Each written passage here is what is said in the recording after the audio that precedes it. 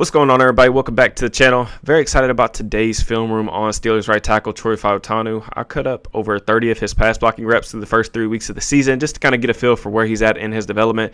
I think there's been a lot of encouraging stuff on tape. Some people, including PFF, seem to disagree with me, but we'll kind of talk through some obvious areas of improvement as well. Just before we get started, if you guys could do me a favor, like, subscribe, hit the bell. Let me know your thoughts on number 76's start to his Steelers career. Buckle up. We got a lot to get to. So the number one thing that I was just looking forward to seeing coming into the year was just in his return from injury, what does his athleticism look like? He was an extremely explosive mover coming out of Washington. That was one of my favorite things about him as a prospect. And I think that we can absolutely confirm that he looks all the way back physically. And that's really the most important thing, in my opinion, this early on in the process.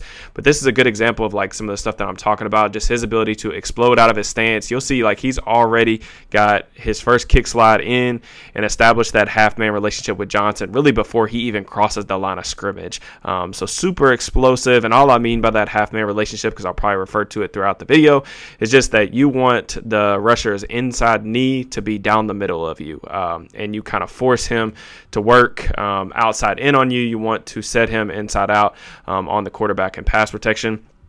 This next rep right here, I really like this one as well. Being really light on his outside hand and circling, not giving the rusher anything to swipe away.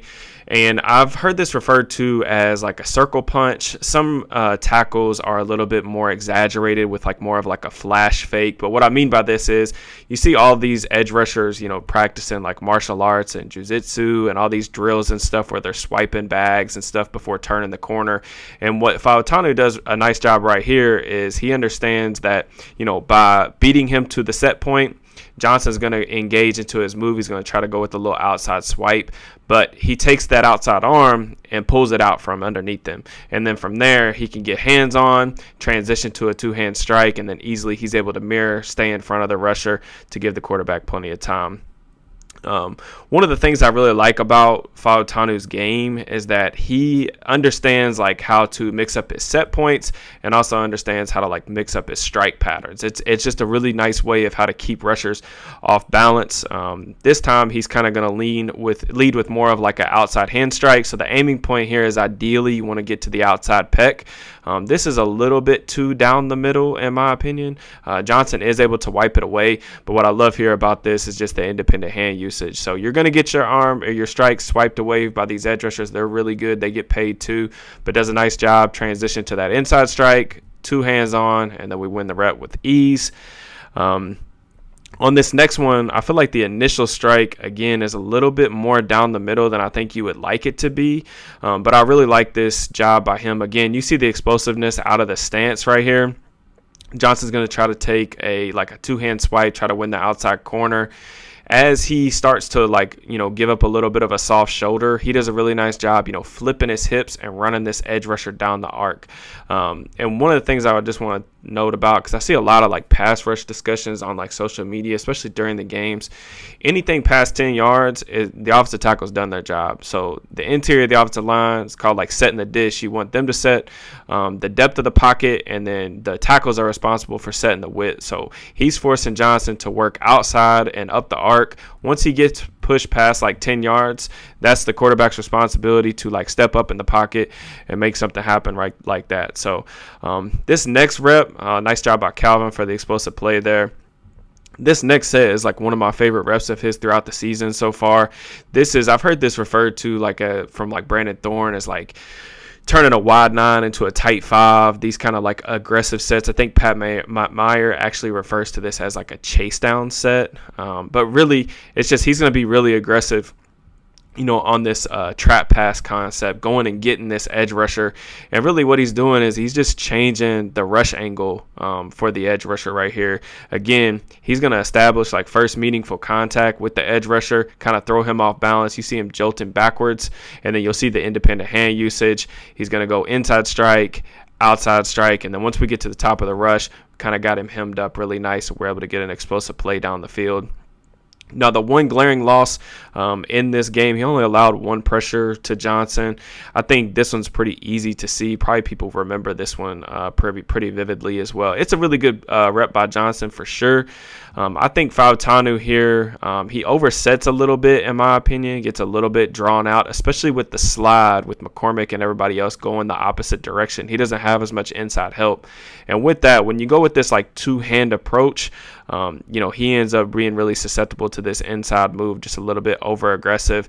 Johnson ice picks him with that inside shoulder or inside elbow, for a nice, quick, easy win. He's not really able to recover for that one.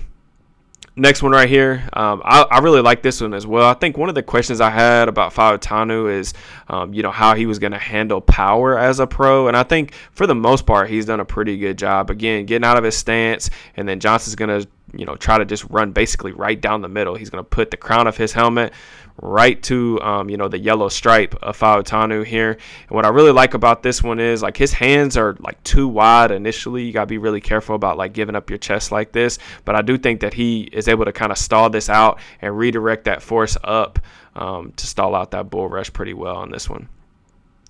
Next rep here, I think this might be the last one that I've got for the Jets game. Near the end of the game in the fourth quarter, Fautanu is going to get out of his stance. And you'll see again, that's kind of that like circle motion right there. You see that Johnson's trying to attack like the outside shoulder. He's trying to swipe at that. Fautanu does a good job, not letting him have it and then establishing contact. And then once we get to the top of the rush, try to tighten those elbows. And you see the grip strength. He's got a nice firm control of him. So overall, a really nice like week one performance for Fautanu against a guy, Jermaine Johnson, who's definitely had some flashes in the league. Next up, we are on to the Seahawks game. This was his worst performance of the season. Statistically, getting tagged for 3 pressures. Very much a mixed bag. There's some really good, and there's some bad in here too. We'll talk through it all. This first rep here, this is empty protection with the slide to his direction. Boye Mafe ends up slanting inside from a wide 9 alignment. Now, couple things here. Fautanu definitely oversets here. You can see he gets a little bit overextended before the rusher ends up taking an inside path. Now, a couple things that I would just like to talk about is McCormick here is using this little up kick to kind of give a drag hand to Frazier, who's working against the shade. He's just slow, in my opinion, to react back outside and get his eyes back there. I would certainly like to see, and I would expect Troy to be able to shut the door here on this inside rush, but he is expecting help. And he's also, like, once he kind of works back inside here, he's also got to be aware of the shade who could be looping around on some type of stunt or game. But I'm going to be honest, and I kind of showed this as an example. McCormick can kind of be challenging to play next to in the pass game and in the run game. That's just my opinion. Some people may disagree, but that's kind of like a lengthier conversation for another day and another video. Still, that's a pressure. Don't want to give those up, but just trying to add some context to what's happening here. Next rep here, this is against Nwosu. So the Seahawks have 4 different edge rushers that he'll get thrown at this game. Really thought that his reps against Nwosu and DeMarcus Lawrence were pretty decided wins. You see the nice hand placement here. He's going to get that outside hand strike on the outside pec, and then he's going to bring kind of that clamp hand over. He's able to kind of shut down the rush at the top of the drop. Really nice one right there. Now, I think that Boye Mafe definitely gave him some issues in this game for sure. Now, Mafe is one of the most underrated rushers in the entire NFL, in my opinion. Here, he's going to use a Euro step to kind of manipulate Fautanu out of position.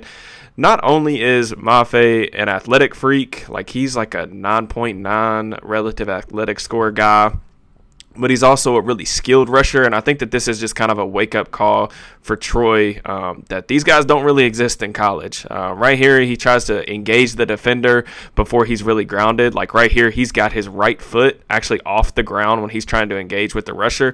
That's a no-no, so he's not pairing his hands and his feet together. He's got his shoulders turn towards the sideline. That's going to open that opportunity for Mafe to go with the arm over move for the quick inside win across his face. So definitely a tough rep right there. One of his worst of the season for sure. Now, this offensive line has done a really poor job, in my opinion, picking up stunts and twists and games, especially along the interior. But I did like this rep from them in the Seattle game. Fautanu does a nice job understanding, like, this guy's trying to cross my face. He gets a nice punch right here to kind of jolt that defender's helmet back, and then he's going to use his left arm to kind of snap him off and make the job easier on McCormick and Frazier to kind of pick up the masher, and then he's going to get his eyes back to the looper, be able to control him. This ends up being more of a sack that Rodgers ends up taking, but a really good rep there by the right tackle. This rep versus the veteran, DeMarcus Lawrence, former Cowboy. Again, this is kind of that bait or circle technique that I was talking about in the Jets game, but this is a real nice view of it from the end zone angle. The defender is kind of trying to hit him with the jab step and then go with the cross chop over the top. Fautanu does a really nice job being really patient, pulling that outside arm away from him, landing that inside strike. And then, pretty much the reps over there. Once we get to the top of the drop, we end up scoring a touchdown. I really thought that he handled, again, Nwosu, Lawrence extremely well. Right here, this is a really nice rep and nice finish. I like the mentality that Fautanu plays with as well. This is going to be a inside strike right here. So you'll see the independent hand usage. Again, run him up the arc. And then watch this finish. Two-hand punch, throws him to the ground. That's a really good player right there that he really destroys, puts him on the turf. Like that a lot. This one, we got a new edge rusher challenger here, Derek Hall. This is, one of the challenges when you go against these really deep rotations like what Seattle's got. They've got all these different archetypes of players that they can throw at you for a tackle. You got to understand like who you're going up against on a rep-to-rep basis. This is really what happens when you're trying to be what I would say is like playing reactively instead of proactively. So he doesn't do a good job here establishing that first contact. Hall is able to, he gives up his frame right here, gives that edge rusher a striking point. Hall's ended up able to get inside to his chest. Hall is a power rusher. That's just the name of his game. He's got 34.5-inch arms. I think that's like 85th percentile for the position. So Fautanu's hands here are too wide. He's not able to quickly refit those underneath and inside. This ends up being a holding penalty as Rodgers escapes out of the pocket. So that's a learning moment for sure, but what I love is the response on the very next rep. So you got to have a short memory as a player, especially as an offensive tackle. Same rusher here, Derek Hall. Fautanu does a nice job taking the fight to the defender. So significantly different of an approach, but you'd like to see a young fella really learning from his mistakes, really on the fly.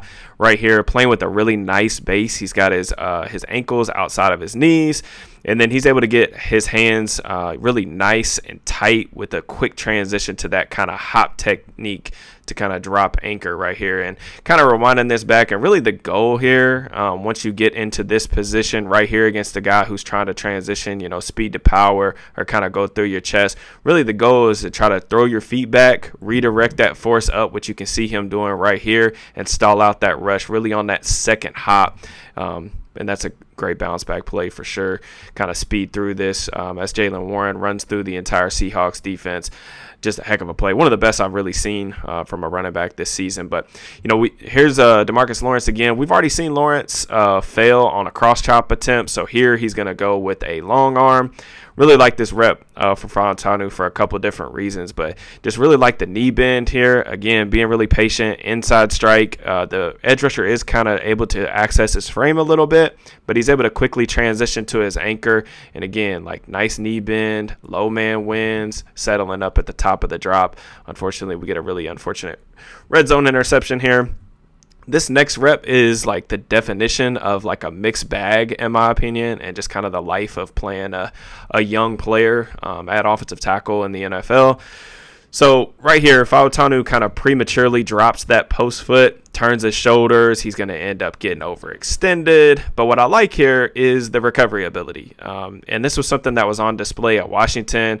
They were in a lot of like true drop back situations that you don't get a lot of at the college level, but it's not always going to be perfect. This is a really hard position to play. So the ability to get yourself out of these compromising positions is kind of a prerequisite for survival at this level. Going back one more time, he's able to kind of swivel his hips and recover and kind of use Leonard Williams' momentum against him to kind of ride him up against the quarterback. And, sometimes good enough is good enough. We buy that quarterback, an additional second and a half, and he's able to make an awesome throw to Pat Freiermuth down the field for a splash play and a huge hookup down the field. So really nice response there towards the end of the rep. So now we got Mafe again here. This is going to be another inside strike, outside strike. At this point in the rep, we've won the first stage of the engagement. He's going to do a nice job, going double under, tight elbows, leading to tight hands. This is really a coverage sack more than anything, but this is a heck of a rep there against a really talented pass rusher. All right, last one here. This is a real sicko rep from the kid, if I'm being honest with you. Seattle is trying to overload the front and get Mafe a one-on-one chance on the outside. Now, this defender is going to go upfield, inside, and then back out. But watch Fautanu's feet, his ability to mirror the movements of the rusher on an island right here. This is special kind of stuff, man. And the reason why he's able to kind of do this is because he's playing on his insteps and remaining really balanced. But this is a really excellent rep. He ends up shutting that down, and then once we get to the top of the drop, we can kind of transition and get our elbows tight and hem him up like that. But I'll play this one for you guys one more time. If you guys want, just proof of like how loose of a mover he is, like how highly energized, how athletic this dude is. You talk about like the potential to hang with some of the really good rushers in the league on an island. That's some really impressive stuff, regardless of how quickly the ball comes out. All right, now we are on to week 3 versus the Pats, going up against Harold Landry, number 2. Just a little bit about Landry as a player really quick, because he's the opponent in most of this video. He is one of those like swoopers. He has a quick get off. He can run under a table at full speed. Really bendy guy. You can get a really good feel here for Fautanu's pocket range and the ability to protect the outside shoulder, protect the corner. But one thing that I would say was a little bit of an issue in the preseason, because I think he actually got called for a penalty on this against Jacksonville, is we got to work on some of the hand placement with some of these two-hand strikes when he's trying to go for these like knockout blows. This doesn't end up getting called, but this is a penalty. You can see he ends up hitting this dude in the face mask. I think it's okay when you're going up against a smaller rusher like this to be a little bit more physical, set the tone, have those guys, feel you a little bit, but this is going to be called the vast majority of the time. This is like one of those like more like fortunate ones in my opinion. Next rep here against Landry is a really nice like inside strike, establishing that first significant contact and then forcing him, by beating him to the spot, establishing first contact. From here, we're really just forcing him to work through us, and really that's not like Landry's game whatsoever. So this is a really decisive win on the touchdown toss to Metcalf. On this next rep, again, just like knowing your opponent, I think it's okay to flip your hands out wide like this and kind of attach to the outside shoulder pads, as long as like coaches will live with this, as long as you're 100% confident that this rusher can't run through you. And I think Fautanu definitely has the advantage in that perspective in this particular matchup. After the initial jolt here, I like how he's doing a good job like playing long with that outside hand, keeping his hands on the rusher, and then he'll end up refitting his hand inside here, reps over here on the check down. Again, next one here, this is an example of like what can happen when you miss your outside strike down the middle. Now, this is another example of that kind of like recovery ability that I was kind of talking about. So right here, he's going to go with the outside strike. He kind of hits this thing almost on like the near shoulder pad. You want that really on like the outside shoulder pad. And Landry is able to kind of access a little bit of a soft corner, but he's just so athletic, man. Like he's able to kind of flip his hips right here and then run him up the arc for an easy win. And Landry understands like he can't beat him on the outside track, tries to spin back late, but that's an excellent job by Fautanu on the interception. All right, this next rep, we're going to get a simulated pressure with the edge rusher dropping into coverage. They're going to end up bringing the wheel through the B gap. Nothing crazy here, but I do think that this showed good awareness from a young player. If you're an uncovered offensive lineman, you want to be able to look for work. This is your best chance to deliver a nice pop to an unsuspecting defender. He does a nice job giving a little rib shot to 94 here, knocking him off balance. So I like that a lot. On this next play, Landry's trying to go speed to power. Really like the hand placement here. You see the right hand strike is on the outside pec. He's got that inside clamp hand here just in case, number 2 ends up trying to spike back inside. With the 4-man slide working opposite, I think that that's really important to make sure that you're strong on that inside hand just in case. And, we're on clip like 25 of this film room or whatever, so you guys know that I'm not really able to cherry pick plays necessarily. But the Steelers, as you can see, like they're not giving him a ton of help, like via chips from the tight ends or the running backs or anything like that. Like there are a lot of big boy one-on-one type of reps against established edge rushers. Harold Landry, Jermaine Johnson, all of the Seahawks guys have been around a long time. So, but one of the things that I think that I've kind of settled on as an opinion is just going through the film. The theme is that there's really 1 to 2 like truly ugly reps per game that he kind of gets put on a poster. And this is kind of the one rep, I think, from the Patriots game. Here, he gets caught looking for this kind of knockout blow with the two-hand punch. Landry does a good job anticipating it, spins inside for the insta win, and we get the quarterback hit. To me, the two-hand punch is really dangerous. Like, it should really only be used as a changeup, and I just don't think that this is the time to try to break that out. You know what I'm saying? So right here, we get a 4-man slide. They're actually, sliding to a slot defender who ends up dropping into coverage, so it puts him on an island over here. And again, that's why doing this is really dangerous in this type of situation, because you don't have anybody giving you any sort of like inside presence. So it's just really tough. You get toasted, it's really over, and there's no recovery point here. Now, that last play was a penalty, so luckily, fortunate for us in that regard. But this is the one pressure that he allowed in this game. I actually really understand why this one happens. I kind of want to talk through the context of it more than anything else.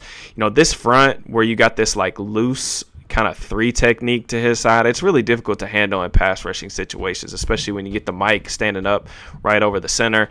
He's trying to set like more vertical than I think he normally likes to set, and kind of give a drag hand here to McCormick to kind of offer a kickstand, if you will.